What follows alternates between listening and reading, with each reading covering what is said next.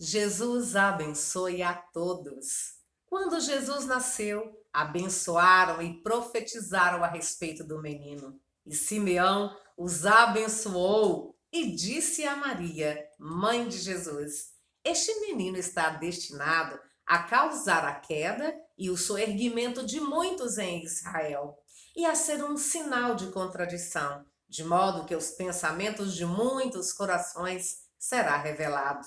Quanto a você, uma espada atravessará a sua alma. Era o consolo para todos os que esperavam a redenção de Jerusalém. Simeão, que era justo e piedoso e que esperava a consolação de Israel, e o Espírito Santo estava sobre ele. Fora-lhe revelado pelo Espírito Santo que ele não morreria antes de ver o Cristo do Senhor. Movido pelo Espírito, ele foi ao templo. Quando os pais trouxeram o menino Jesus para lhe fazerem o que requeria o costume da lei, Simeão o tomou nos braços e louvou a Deus, dizendo: Ó soberano, como prometeste, agora podes despedir em paz o teu servo, pois os meus olhos já viram a tua salvação que preparaste à vista de todos os povos, luz para a revelação aos gentios e para a glória de Israel, o teu povo. Então, como Jesus pode ser um sinal de contradição? Foi assim o nascimento de Jesus Cristo. Apareceu-lhe um anjo do Senhor em sonho e disse: José, filho de Davi, não tema receber Maria como sua esposa, pois o que nela foi gerado procede do Espírito Santo.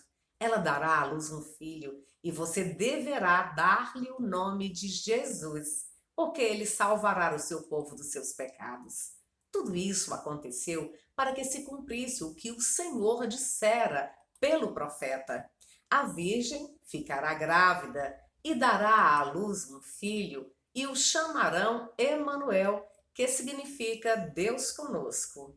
O nome de Jesus já tinha um significado muito grande para o povo de Israel, porque significa ele salvará o seu povo dos seus pecados. Para isso, Deus preparou desde os tempos antigos esta profecia. A virgem ficará grávida e dará à luz um filho, e o chamarão Emanuel, que significa Deus conosco. Mas Deus preparou isso muito antes, desde o jardim de Éden. O Senhor Deus perguntou então à mulher: Que foi que você fez? Respondeu a mulher: A serpente me enganou e eu comi.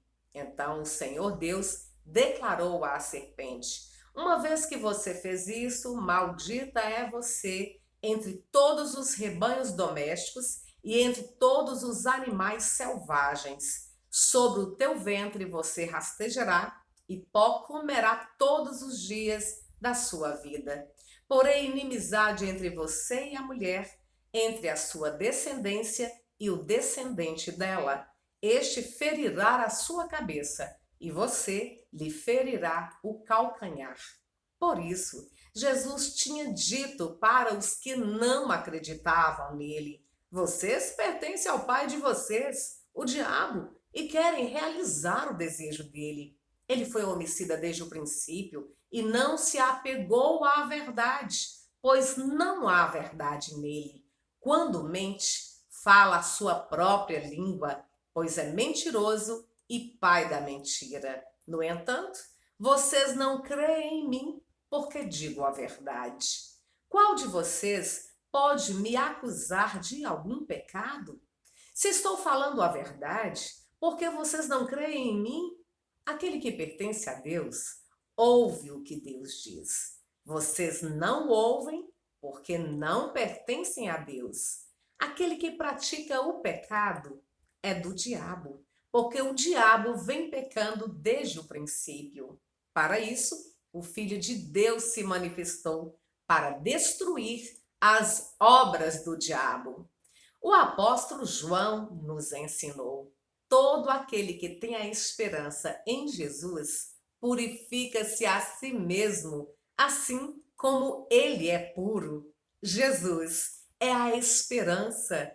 Porque quando se fala de Jesus, os demônios se estremecem e se manifestam para serem expulsos. Você crê que existe um só Deus? Muito bem. Até mesmo os demônios creem e tremem. Os demônios gritavam sempre que encontravam Jesus. O que queres conosco, Jesus de Nazaré? Vieste para nos destruir? Sei quem tu és, o Santo de Deus. Sempre que os espíritos imundos o viam, prostravam-se diante dele e gritavam: Tu és o Filho de Deus. Mas Pedro também confessou assim: Tu és o Cristo, o Filho do Deus vivo. Outra vez, Pedro lhe respondeu: Senhor, para quem iremos? Tu tens as palavras de vida eterna. Nós cremos e sabemos que és o Santo de Deus. Muitas vezes, os discípulos confessavam assim. Mesmo assim, sempre haviam pessoas que, mesmo confessando, traíam Jesus. Então Jesus respondeu: Não fui eu que os escolhi, os 12? Todavia, um de vocês é um diabo. Ele se referia a Judas, filho de Simão Iscariotes, que, embora fosse um dos 12, mais tarde haveria de traí-lo. Todo aquele que pratica o pecado transgride a lei. De fato, o pecado é a transgressão da lei.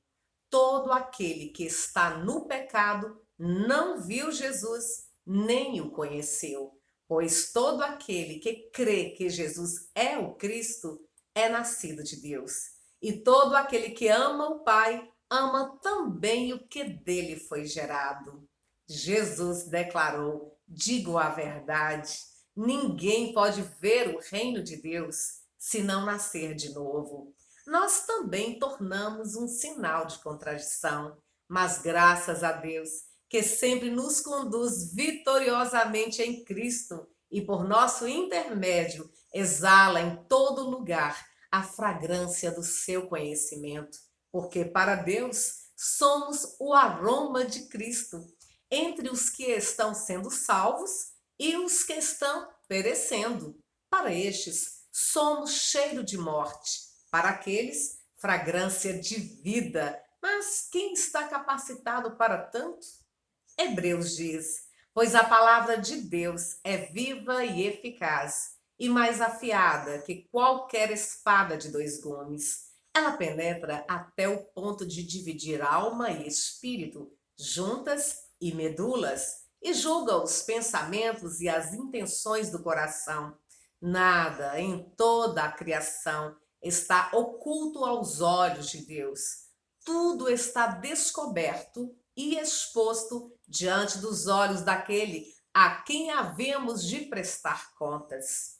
Ore comigo, diga: Jesus, eu te amo. Como filha de Deus, eu confesso Jesus como meu Senhor, meu Salvador, meu Deus, que morreu na cruz pelos meus pecados, ressuscitou dos mortos, venceu a morte, me livrou do diabo e me aceitou como filha de Deus. Eu te peço o seu melhor presente, o Espírito Santo, em nome de Jesus. Vem, Espírito Santo, eu te peço ser aroma de Cristo, em nome de Jesus. Obrigada, Jesus. Jesus abençoe a todos mais e mais.